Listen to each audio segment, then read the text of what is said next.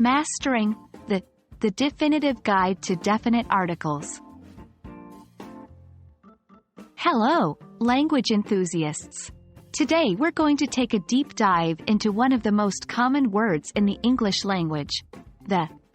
This little word, called a definite article, can make a big difference in how we understand a sentence. Stick with us as we uncover the basic rules for using the is known as a definite article. We use it to specify something that is already clear in the context.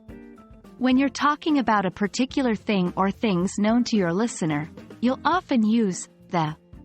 For example, you would say, "I love the dog in our neighborhood," when it's clear to both you and the person you're speaking with which dog you're referring to. Here comes the important part. When to use the. 1. We use the when there is only one of something. For instance, you would say, "I want to see the Eiffel Tower," because there's only one Eiffel Tower in the world. 2. Use the before superlatives and ordinal numbers. For example, "This is the best pizza I've ever had," or "This is the first time I've been to New York."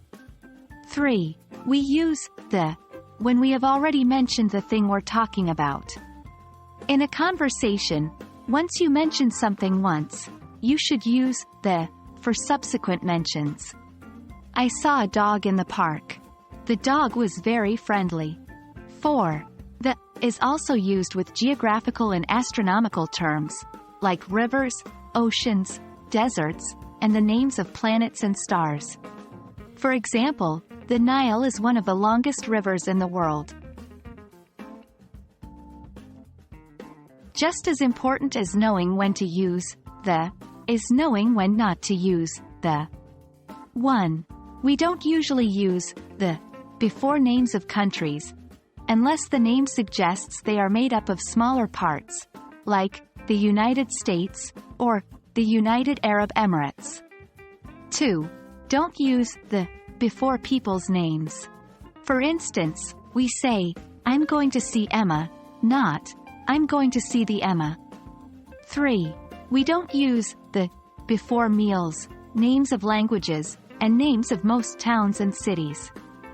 For example, we say, "I had breakfast," not, "I had the breakfast." And that wraps up our lesson on the definite article, the. We've covered its basic usage, when to use it and when not to use it. Remember, learning a language is a journey, and every step, no matter how small, brings you closer to mastery. Keep practicing, and soon, using the will become second nature. We hope this video has been helpful. See you next time.